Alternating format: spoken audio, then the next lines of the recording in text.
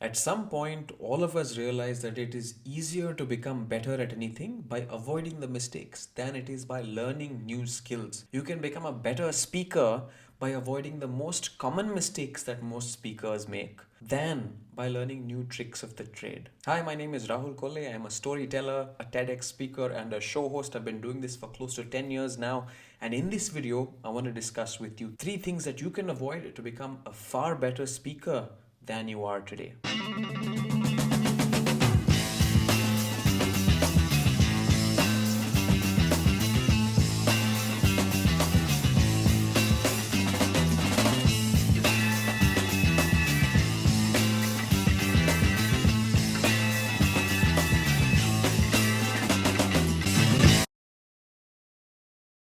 The first most common mistake that speakers make is apologizing right at the start of your talk. If you're given a chance to present something to your team, then the audience is there by default to see you. Stop apologizing right at the start, even if it's just a session before lunch, even if it's the last session of the day, even if you're not prepared.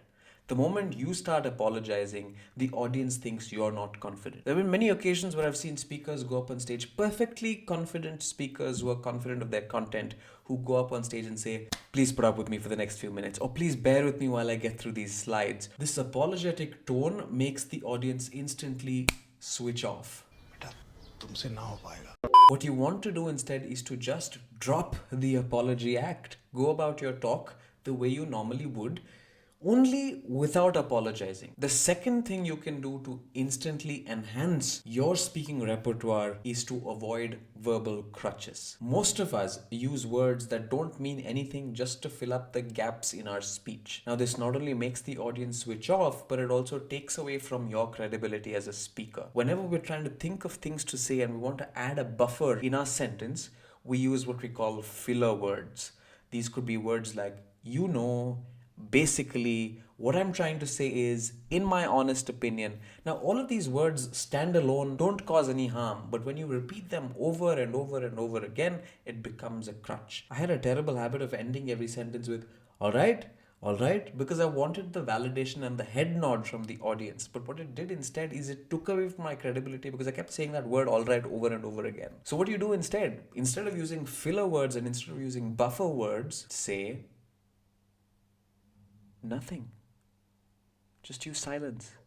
Silence does the trick. Silence is so powerful in speech. Every time you feel like you have nothing more to say, take a pause. Pause, really pause. Walk around on stage, look at the audience, smile. Do these things instead of injecting your speech with filler words and see your game transform. The third thing you need to do to up your game, everybody who works in the corporate industry is guilty of doing this at some point or the other, is using jargon. We use it because somebody else used it and somebody else used it because their friend used it. All of us end up imitating each other, not realizing the fact that none of us like it. Nobody likes jargon. Abstraction, you should understand, is the luxury of an expert. Whenever you use a word that doesn't really convey a vivid image, it falls flat on the ears of the audience. You need words that can paint a picture in the imagination of the audience.